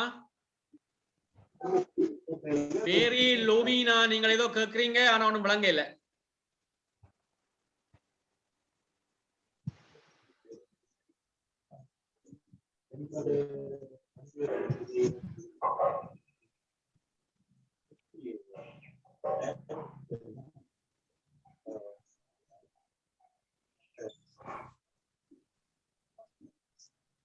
விஜிதா, விஜிதா நீங்கள் எதுவும் கேக்குறீங்களா? ஓம் ஃபாதர். சொல்லுங்கம்மா. இப்ப இன்றைய சமூகத்துக்கு ஒன்று பற்றி இயேசுனுடைய படிப்பினைகள் என்ன ஃபாதர்? இந்த இதுவா வரும் விளங்கலம்மா. இன்றைய சமூகத்திற்கு ஒன்றிப்பு பற்றிய இயேசுனுடைய படிப்பினைகள் எல்லாம் அது வந்து அங்கம்மா, அது வந்து 5வது தேர்ச்சி. இது வந்து 2 இடத்துல இருக்குது, 2 இடத்துல இருக்குது. 5வது தேர்ச்சியில நீங்க ஒற்றுமையும் சகோதரத்துவம்னு பாப்பீங்க. அதை மையமா வச்சுக்கொண்டு நான் இன்னும் படிப்பிக்கல உங்களுக்கு திருச்சபை ஒன்றிப்பு, அது கடைசியில வருது. திருச்சபை ஒன்றிப்பு, அதுல வந்து இயேசு யோவான் நற்செய்தியில ஒன்றிப்புக்காக செபிக்கிறார் 17ஆம் அதிகாரத்துல. ஆகவே அந்த பகுதி தான் கிறிஸ்தவ ஒன்றிப்பண்ட பகுதியை நாங்க எடுத்து பவுலுடைய படிப்பினையோட யோவான் நற்செய்தி 17ஆம் அதிகாரத்தோட வினைச்சு அதுக்கு விட கொடுக்க வேணும். இந்த கேள்வி நீங்க கேட்ட கேள்வி ஒரு முக்கியமான கேள்வி, எக்ஸாம் பாயிண்ட் ஆஃப் வியூ கேள்வி. இதனால் மாடல் பேப்பர்லயும் தருவன், மற்றது அந்த கிறிஸ்தவ ஒன்றிப்பு பகுதி வரைக்கும் உங்களுக்கு வழங்கப்படுத்துவேன்.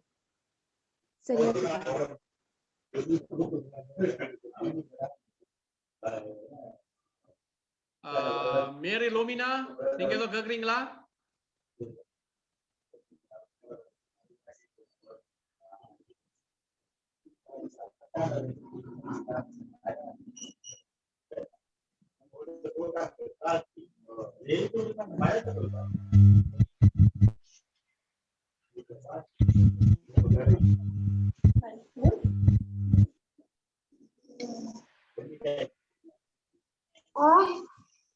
யாராவது கேக்குறீங்களா கேள்வி? இல்லது நாங்கள் போகலாம். இப்ப நீங்க இந்த வகுப்பை பற்றி சொல்லுங்க, இப்படியே போனா ஓகேயா? விமல் சார் இருக்கிறாரா? Vimal sir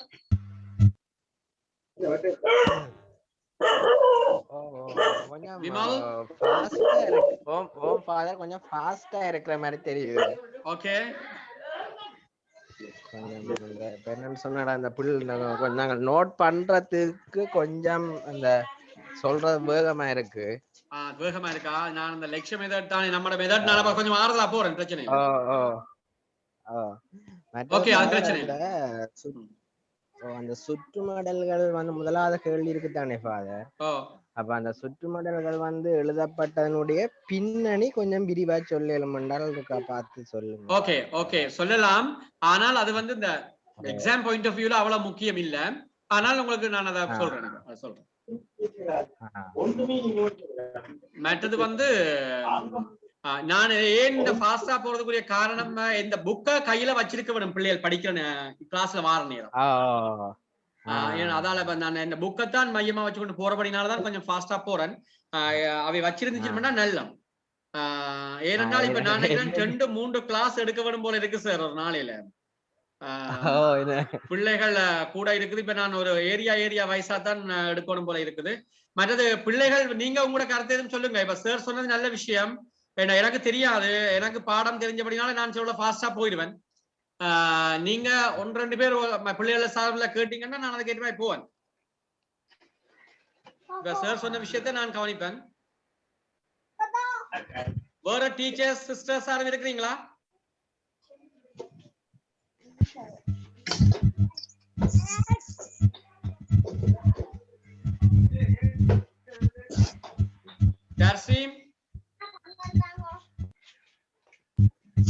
Darcy Alambil.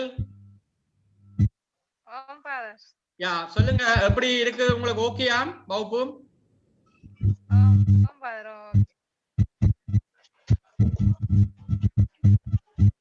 வேற பிள்ளைகள்? கிரேட் 12 படிப்பிச்சு கொடுக்க மாட்டீங்களா? கிரேட் 12 படிப்பிப்போம். என்னன்னா நீங்க இந்த இதை பாருங்க. இப்ப அதாவது வந்து நீங்கள் ஏ லெவலுக்கு வந்துட்டீங்கன்னு சொன்னா கிரேட் 12 13 எல்லாம் பார்க்க தேவையில்லை. இனி உங்களுக்கு ஸ்கூல் எல்லாம் எப்படி நடக்கும்னு தெரியாது. ஆகவே நீங்க முடியுமான வரையில இவங்களோட சேர்ந்து போங்க. நான் பிறகு 12 காரருக்கு ஒரு ஸ்பெஷல் கிளாஸ் போடுறேன். ஏன்னா நாங்க ஸ்கூல்ல இன்னும் ஓயா நீங்க படிச்சிருக்க மாட்டீங்க, எனக்கு தெரியும் படிச்சிருக்க மாட்டீங்க. நான் ஏன் பின்னுக்கு இருந்து போறேன்னா, எப்பயும் ஏ லெவல் காரருக்கு முன்னுக்கு இருந்து படிப்பிச்சு முன் செக்ஷன் எல்லாருக்கும் தரவா இருக்கும். ஆனா எக்ஸாம் பாயிண்ட் ஆஃப் வியூல முன் செக்ஷன்ல கேள்வி வர்றது குறைவு. பின் செக்ஷன் வடிவா படிக்கிற இல்ல. அதனாலதான் நான் இந்த பின் செக்ஷன்ல இருந்து போறேன். இந்த முறை எக்ஸாம் எடுக்கிற பிள்ளைகளுக்காக வேண்டி நான் ஒரு நாளைக்கு 2022 ஒரு கிளாஸ் போடுவேன். உங்களோட முன் செக்ஷன்ல படிப்பிக்கிறேன். ஆனா நீங்க இதுவரைக்கும் வந்து கேளுங்க. ஏண்டா எல்லா நாளும் உங்களுக்கு அது கிடைக்காது. அப்ப 12 எடுக்கக்குள்ள குரூப்ல மெசேஜ் ஒன்னு போடுங்க. என்ன ஃபாதர்? ஓ எஸ். வேற பிள்ளைகள் ஏதாவது கேட்கணுமா?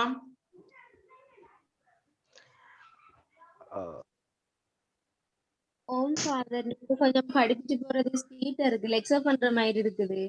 கொஞ்சம் ஸ்லோவா. எந்த புக் கையில வச்சிருக்கீங்களா? ஓம் ஃபாதர் உங்க புக் இருக்குது. அப்ப அதையும் கையில வச்சிருங்க. நான் இனிமேல் ஸ்லோவாக்குறேன். அது எந்த ஒரு தன்மை ஒன்று டக்குன்னு ஃபாஸ்டா வந்துடும். நீங்க அந்த அதான் நீங்க சொல்லி கொண்டு போய்க்க இடைக்க வழிமுறை சொல்லலாம். எனக்கு ஃபாதர் கொஞ்சம் ஸ்லோவா போங்க அண்டால் ரைட். ஒரு பிரச்சனையும் இல்ல. நீங்க கதைக்கிறதுல ஒரு பிரச்சனையும் இல்ல. நீங்க என்ன இந்த வகுப்பு உங்களுக்குரிய வகுப்பு. சோ உங்களுக்கு ஏற்ற மாதிரி நான் அட்ஜஸ்ட் பண்ணுவேன். அடுத்த கிளாஸ்ல நான் அடுத்த படிப்பிக்க நான் ஸ்லோவா போவேன். எல்லாரும் அந்த புத்தகம் பாத்திருந்தால் ஓகே. என்னடா அந்த புத்தகம் எந்த கையில இல்ல, இப்பதான் எடுத்து நான் நோயா. ஏன்னா நான் வந்து அந்த புத்தகத்தை வச்சுக்கொண்டு விளக்கங்களை கொடுத்துக்கொண்டு போறது. ஏன்னா சும்மா கண்ட மாதிரி போனால் பிள்ளைகளுக்கு ஹெவியா போயிடும். அப்ப அந்த ஒரே விஷயத்த அதை அந்த வச்சு நான் விளங்கப்படுத்துறது. அப்ப புத்தகத்தை கையில வச்சுன்னு சொன்னால் அவைக்கு ஈஸியா இருக்கும். மற்றது இது வந்து உண்மையில பாடம் கொஞ்சம் டல்லா இருக்கும். அதாலையும் ஸ்பீடா இந்த மாதிரி தெரியும். ஆனா நான் கொஞ்சம் குறைவா பண்ணேன். இப்படி பார்த்தும் நான் ஒரு 10 கேள்விதான் இன்னைக்கு சொல்லக்கூடிய இருந்துச்சு. இவ்வளவு ஸ்பீடா சொல்லி மற்றது எந்த யூடியூப் பாருங்க பிள்ளைகள். இந்த யூடியூப்ல முதலாவது 3 தேர்ச்சி போட்டிருக்கிறேன்.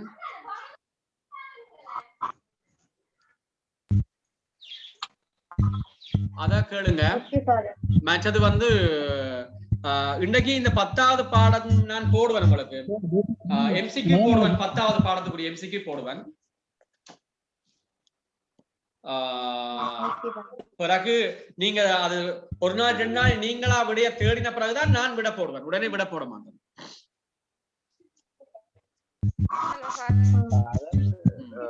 PDF போடுவீங்களா இல்லாட்டி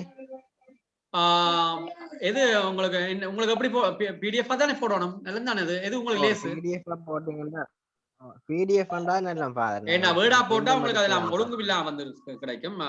PDF போடுவோம்.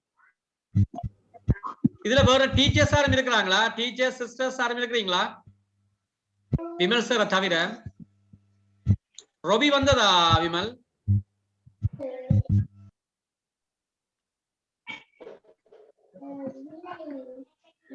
ஏன்னா அவங்களும் தங்களோட விஷயங்களை சொன்னா அதுக்கேற்ற மாதிரி நாங்க கொண்டு போகலாம். ஓகே பிள்ளைகள் சொல்லுங்க. இப்ப உங்களுக்கு அடுத்த வேற கிளாஸ்களும் இருக்கும். நாங்க எப்படி இந்த கிளாஸ போடலாம்? உங்களுக்கு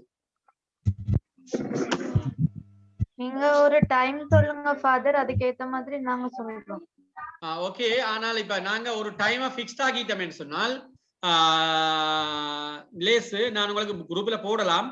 ஆனால் எந்த உங்களுக்கு எப்ப மற்ற கிளாஸ்களும் நடக்கும். இப்ப அதால ஒரு கிளாஸையும் மிஸ் பண்ணாதீங்க, படிங்க எல்லாம். அதுக்கு தான் நான் சொல்றேன்.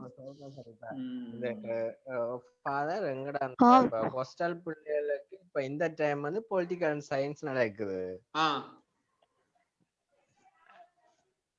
கிறிஸ்டியன் சிவிலைசேஷன் நடக்கிற பிள்ளைகள் வந்து பொலிட்டிக்கல் சயின்ஸ் எடுக்கிறதால இப்ப அதுல ஒரு 12 பிள்ளைகள் அப்படியே அந்த கிளாஸ்ல நிக்குது. இல்ல அதே சொல்லுங்க 11:30க்கு திரும்ப வரட்டாம். பார்த்து போட்டா இல்ல 11:30க்கு இந்த கிளாஸ் நான் திரும்ப செய்வேன். அவையில சொல்லி இருக்கிறேன். ஃபாதர் டெய்லி நடக்குமா 11:30 சொல்லி இருக்கிறேன். இல்லம்மா டெய்லியும் இல்ல, ஒவ்வொரு நாளும் வராது. ஏன்னா நான் 2 கிளாஸ் எடுக்க வேணும். அதால இப்ப உங்களுக்கு நீங்க வளமையா ஸ்கூல் கிளாஸ் எத்தனை மணிக்கு நடக்கிறதா? காலையில நடக்கிறதா, ஈவினிங் நடக்கிறதா?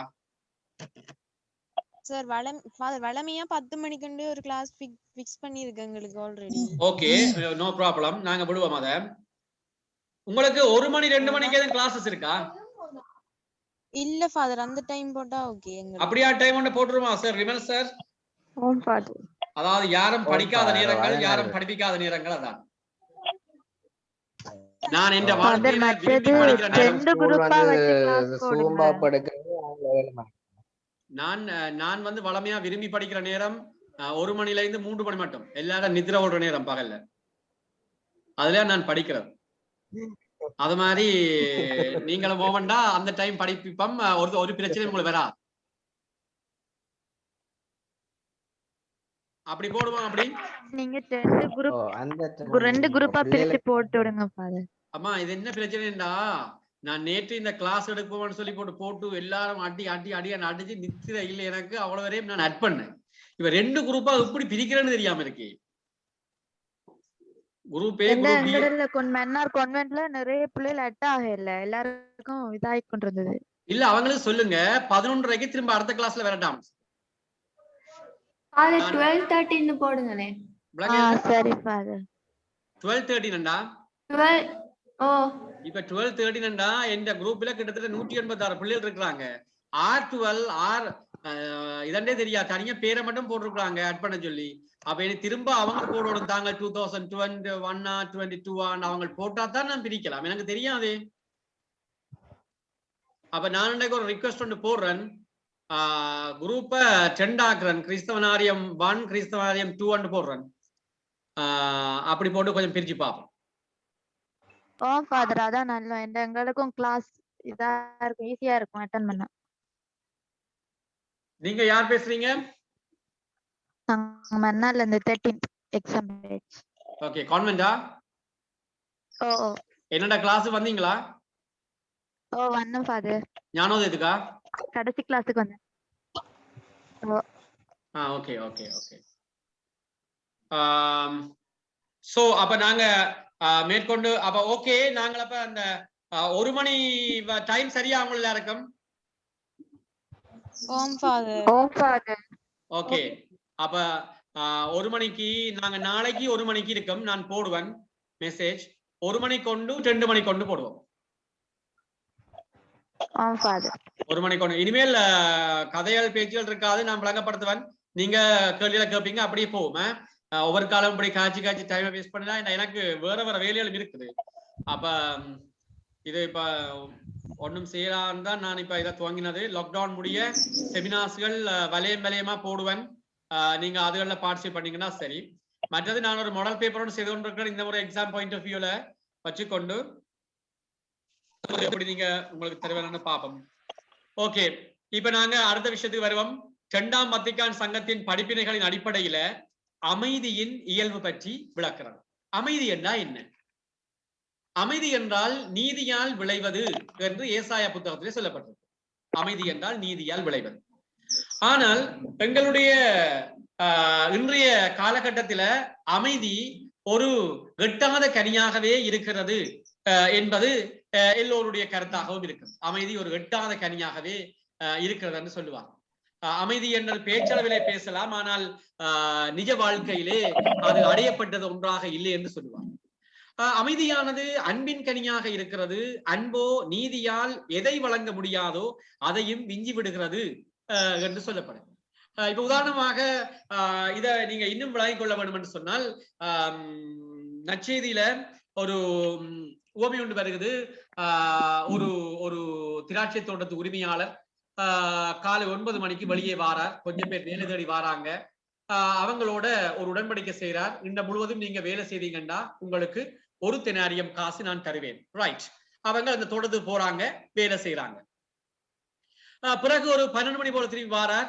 கொஞ்சம் பேர் இருக்கிறாங்க, அவங்களையும் தோட்டத்துக்கு அனுப்புறார். பின்னர் 3 மணிக்கு வாரார், கொஞ்சம் பேர் இருக்கிறாங்க, அவங்களையும் அனுப்புறார். கடைசியில வேலை முடிய போகுது, 1 மணித்தியாவது தான் இருக்குது. 5 மணிக்கு வெளியில வாரார், கொஞ்சம் பேர் வேலை இல்லாம தத்தளிச்சு ஒண்டிக்கிறாங்க, அவங்களே அனுப்புறார். இப்ப வேலை முடிஞ்சது 6 மணிக்கு கூலி கொடுக்க போறார். 5 மணிக்கு தோட்டத்துக்கு வந்தவங்க 1 மணித்தியாவது தான் வேலை செய்தாங்க, அவங்களுக்கு 1 தெனாரியம் கொடுத்தார். அப்ப இந்த 9 மணிக்கு வந்தவங்க யோசிச்சாங்க, எங்களுக்கு நிறைய கிடைக்க போகுது, ஏன்னா நாங்க நாள் முழுக்க வேலை செய்தோமே. ஆனா அவங்களுக்கும் 1 தான் கொடுத்தார். அப்ப அவங்க கேட்டாங்க, இந்த 5 மணிக்கு வந்து 6 மணிக்கு வேலை முடிச்ச ஆக்களுக்கும் 1 தெனாரியம் தான் கொடுக்குறீங்க, 9 மணிக்கு வேலைக்கு வந்த எங்களுக்கும் 1 தெனாரியம் தான் தாரே சரியான்னு கேட்டாங்க. அதற்கு அந்த திராட்சை தோட்ட உரிமையாளர் சொன்னார், நான் உங்களோட என்ன பேசினேன்? இந்த நாள் முழுக்க வேலை செய்தா 1 தெனாரியம், ஆகவே நீங்க நாள் முழுக்க வேலை செய்தீங்க, நான் உங்களோட பேசினபடி இந்த 1 தெனாரியம் தந்து விட்டேன். அதுதான் பிள்ளைகளே நீதியின் அடிப்படையில செயல்படும். அவர் பேசுற மாதிரியே கொடுத்தார், அது பிள்ளையே இல்லை. ஆனால் இந்த 5 மணிக்கு வேலைக்கு வந்தாங்க, 6 மணி போறாங்க, அவங்களுக்கு ஏன் 1 தெனாரியம் கொடுத்தாருன்னு சொன்னால் அங்கதான் அன்பு வேலை செய்யுது. ஏனென்றா அவர் யோசிக்கிறார், இவங்க 2 முழுக்க வேலை செய்யல, இன்றைக்கு இவங்க ஏதாவது கூலிய கொண்டு போனாதான் அவங்களுடைய மனைவி பிள்ளைகளுக்கு உணவு கிடைக்கும். ஆகவே அவங்களுக்கு நீதியின் அடிப்படையில இல்ல, அன்பினால பரிவினால 1 தெனாரியத்தை கொடுக்கிறார். ஆகவே இந்த நீதியை அன்பு விஞ்சிவிடும். நீதி வந்து ஒப்பந்தத்தின் அடிப்படையில் நடைபெறுகிற ஒன்று, அன்பு வந்து மனித மாண்பின் அடிப்படையில நடைபெறுகிற ஒரு விஷயமாக இருக்கும். ஆகவே அமைதியானது அன்பின் கனியாக இருக்கிறது. அன்போ நீதியால் எதை வழங்க முடியாதோ அதையும் விஞ்சி விடுகிறது. மனித சமுதாயத்திற்கு அடித்தளம் அமைத்தவரான கடவுள் அச்சமுதாயத்தில ஒரு ஒழுங்குமுறையையும் பொறித்து வைத்திருக்கிறார். இந்த ஒழுங்குமுறையின் முதிர்ந்த கனியாக பிறப்பதுதான் அமைதி. இந்த அமைதியைத்தான் எங்களுடைய கிறிஸ்தவ மனப்பான்மையில உள்ளார்ந்த அமைதி என்று சொல்லுவார்கள். அதாவது இன்னும் பீஸ் என்று பேசுவார்கள். ஆகவே ஒரு அமைதியான முறையில உள்ளார்ந்த அமைதியில ஆண்டவனோடு நாங்கள் ஒன்றிக்கின்ற ஒரு நிலை, ஒரு எங்கள் வாழ்க்கையில முதிர்ச்சியை காண எங்களுக்கு வழி சமைக்கும் என்று சொல்லுவார்கள். ஆகவே இந்த ஒழுங்குமுறை நீதியை என்றும் அதிக நிறைவாக நாடி தேடுகின்ற மனிதர்களால் செயல்படுத்த வேண்டிய ஒன்றாக இருக்கிறது. ஆகவே மனித இனத்தின் பொதுநிலை அடிப்படையாக கொண்டிருந்தால் மட்டுமே அமைதியை ஏற்படுத்துவது நிலையான சட்டத்தால் நிர்ணயிக்கப்படுவது என அறியலாம். ஆகவே அமைதி என்பது உறுதியாக அடைந்து விட்ட ஒன்றாக ஒருபோதும் இருப்பதில்லை. நாங்க ஏதோ ஒரு விடத்துல அமைதியை நாங்கள் கண்டுகொள்கிற பொழுது அங்கால ஏதோ ஒரு குழப்பம் உருவாகும், ஏதோ ஒரு பிரச்சனை உருவாகும். ஆகவே அமைதி உறுதியாக அடைந்து விட்ட ஒன்றாக அல்ல, அதை நாங்கள் எங்களுடைய வாழ்க்கையிலே உணர்வதாகத்தான் இருக்கும். அமைதியை நாங்கள் ஒரு பொருளாக கையாள முடியாது, அது வந்து எங்களுடைய வாழ்க்கையில உணர்ந்து கொள்ள அனுபவிக்கத்தான் முடியும் என்கின்ற சிந்தனையை நீங்கள் எல்லாரும் கொண்டிருக்க வேண்டும். ஆகவே வத்திக்கான் இதைத்தான் இந்த இடத்திலே உங்களுக்கு விளங்கப்படும். ஆகவே அதுக்காக வேண்டி சில வழிமுறைகள் தரப்படுகிற திருச்சபையாளர். அமைதி ஒற்றுமை நிலவ பின்பற்ற வேண்டிய வழிமுறைகள் என்ன? ஒன்று, மனித உள்ளம் வலுவற்றதாகவும் பாவத்தால் புண்பட்டதாகவும் இருப்பதால ஒவ்வொருவரும் தத்தம் உணர்ச்சி போக்குகளை கட்டுப்படுத்த வேண்டும். இதுக்கு நீங்கள் தொடக்க புத்தகத்துல காயினையும் ஆபேலையும் எடுக்கலாம் பிள்ளைகளே. பாருங்க, காயின் முற்று முழுதாக தன்னுடைய உணர்ச்சி போக்குகள் தன்னை கையாள விட்டு விட்டான். பொறாமை குடிகொள்ளுகிறது, கோபம் உருவாகிறது, வன்மம் ஏற்படுகிறது. ஆகவே ஆபேலை கொலை செய்தான். ஆகவே இந்த மனித உள்ளம் வலுவற்றதாகவும் பாவத்தால் புண்பட்டதாகவும் இருப்பதனால ஒவ்வொருவரும் அந்த உணர்ச்சி போக்க கட்டுப்படுத்த வேண்டும். அமைதியும் ஒற்றுமையும் நிலவ வேண்டும் என்றால் முக்கியமானது அது கையாளப்பட வேண்டும். இரண்டாவது, சட்டமுறையான ஆட்சியாளர்கள் விழிப்பாக இருக்க வேண்டும். உங்களுக்கு தெரியும், சமூகத்தில பல சட்டங்கள் இருக்குது, சில வழிமுறைகள் இருக்குது, சில படிமானங்கள் இருக்குது, அவை சரியாக கையாளப்பட வேண்டும். அதற்கு ஒரு சமூகத்தை மேற்பார்வை செய்து அந்த சமூகத்தின் தலைவர்கள் அது உண்மையாகவே வாழப்படுகிறதா என்பதில் விழிப்பாக இருக்க வேண்டும். அடுத்தது பிள்ளைகளே, தனி மனித நலன் பாதுகாக்கப்பட வேண்டும். எங்க அமைதி இல்லாமல் போகும் என்று சொன்னால், ஒரு தனி மனித நலன் பாதுகாக்கப்படாத பட்சத்தில அங்கே அந்த தனி மனிதனுடைய வாழ்க்கையில அமைதி இருக்கா. அந்த தனிமனிதனுடைய வாழ்க்கையில அமைதி இல்லை என்ற போது அந்த குடும்பத்தில் அமைதி இருக்காது. அந்த குடும்பத்தில் அமைதி இல்லாத பொழுது ஒரு சமூகத்தில் அமைதி இருக்காது. ஒரு சமூகத்தில அமைதி இல்லாத பட்சத்தில ஒரு நாட்டில் அமைதி இருக்காது. நாட்டிலே அமைதி இல்லாத பட்சத்தில ஒரு உலகத்திலே அமைதியை நாங்கள் கண்டுகொள்ள முடியாது. ஆகவே ஒரு தனி மனித நலன் பாதுகாக்கப்படாத பட்சத்தில உலகம் முழுவதும் அமைதியை இழக்கின்ற ஒரு துர்ப்பாக்கிய நிலை ஏற்படலாம். மனிதர்கள் தங்கள் அருள்நெறி வளங்களையும் படைப்பாற்றல் மிக்க திறமைகளையும் தங்களுக்குள்ளே மனம் வந்து நம்பிக்கையோடு பகிர்ந்து கொள்ள வேண்டும். இந்த அமைதி ஒற்றுமைக்கு இன்னொரு காரணம், இன்னைக்கு பாருங்க, தொழிலாளர்கள் போராட்டம், சமூகங்கள் போராட்டம், ஏனைய துறைகள் இருப்பவர்கள் போராட்டம், சம்பளத்துக்காக போராட்டம், இவையெல்லாம் என்ன காரணம் என்று சொன்னால் அங்கே சரியான பகிர்வு இல்லை. வளங்கள் ஒரு சிலரிடம் அதிகமாகவும் மற்றவர்களிடம் இல்லாமல் இருப்பது, இல்லாதவர்கள் தங்களுடைய உரிமைகளுக்காக போராடுகிறார்கள். அதனாலே அமைதி இல்லாத ஒரு தன்மை ஏற்படுகிறது. பிறரையும் அவர்களுடைய மாண்பையும் உறுதியான உள்ளத்தோடு மதித்தல், சகோதர உறவை பேரார்வத்துடன் கடைபிடித்தல் அமைதியை கட்டியெழுப்ப இன்றியமையாதாகும். ஆகவே இவை பின்பற்றப்படுகின்ற பொழுது அமைதி உருவாகும். கிறிஸ்தவர்கள் அன்பின் அடிப்படையில் உண்மை பேசி உண்மையிலேயே அமைதி வழிவை தழுவிய மனிதனோடு ஒன்று சேர்ந்து அமைதிக்காக வேண்டவும் அமைதியை நிலைநாட்ட வேண்டும். இயேசு சொன்னார், நான் உங்களுக்கு தருகின்ற அமைதி உலகம் தருகின்ற அமைதி அல்ல என்று சொன்னார். ஆகவே அந்த அமைதியை நாங்கள் எங்களுக்குள்ளே உணர்ந்து கொண்டு அந்த உண்மையான அமைதியை மற்றவர்களும் கண்டுகொள்ள அதற்காக உழைப்பதுதான் ஒரு கிறிஸ்தவனுடைய கடமையாக இருக்கிறது. பரிபூர்ண உரிமைகளை நிலைநாட்டுவதற்காக செயல்படும் போது வன்முறை செயல்களை ஒதுக்கிவிட்டு வலுவற்ற நிலையில் உள்ளோருக்கு கைகூடுமான பாதுகாப்பு வழிகளை பயன்படுத்த வேண்டும். நாங்கள் உரிமைகளுக்காக போராட வேண்டும், எங்களுடையதை பெற்றுக்கொள்ள வேண்டும். ஆனால் அதற்கு வன்முறை வழி அல்ல. ஆகவே அகிம்சை வழியிலே, அன்பு வழியிலே, உண்மை வழியிலே, நீதியான வழியிலே அவற்றை அணுகுகின்ற பொழுது அமைதியை நாங்கள் பாதுகாக்க முடியும், ஏற்படுத்த முடியும். சமூகத்தினுடைய உரிமைகளையும் கடமைகளையும் தீங்குக்கு உட்படுத்தாது பாதுகாத்துக் கொள்ள வேண்டும். இது உண்மையாகவே அமைதியை ஏற்படுத்தக்கூடிய வழிகளாக இருக்கும். ஓகே, பிள்ளைகளை விளங்குதா? இதை இப்ப நான் போற வேகம் ஓகேயா? ஓகே. சோ நாங்க இந்த வகுப்பை நிறைவு செய்வோம். என்னன்னு சொன்னா 11:30 நான் அடுத்த வகுப்பு எடுக்க வேணும். இரண்டாள் அடுத்த வகுப்புக்குரிய ஆக்கள் சேர தொடங்குவாங்க. ஆக நான் நினைக்கிறேன் உங்களுக்கு இந்த பாடம் விளங்கி இருக்கும். அப்ப இப்படியே நாங்க இப்ப நான் கடைசி 2 கேள்வியும் சரியான சிலவா தான் விளங்கப்படுத்தினான். அதே மாதிரி நாங்க தொடர்ந்து போவோம். இன்றைக்கு பின்னேரம் அல்லது இரவு உங்களுக்கு நான் 10ஆம் பாடத்துக்குரிய MCQ போடுவேன். நாளைக்கு 1 மணிக்கு மீண்டும் வகுப்பு தொடங்கும். அந்த 1 மணிக்கு இடையில குரூப்பை நாங்கள் பிரிக்கிறதுக்கு நான் யோசிக்கிறேன். அது எப்படி பிரிக்கலாம் என்று நான் விமல் சாரோட காட்சி போட்டு நாங்கள் அதை செய்கிறோம். ஆகவே நாளைக்கு 1 மணிக்கு வகுப்பு இருக்கும். அந்த வகுப்பு யார் 1 மணிக்கு வருவீங்க, யார் 2 மணிக்கு வருவீங்கன்றதை நாங்கள் உங்களுக்கு தெரியப்படுத்துறோம். So God bless you all. Thank you, Father. Thank you, Father. God bless you.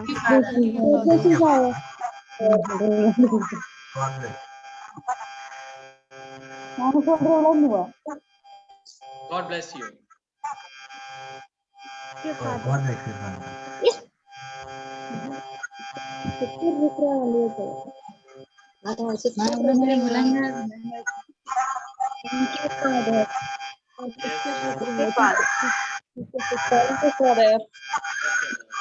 God bless you.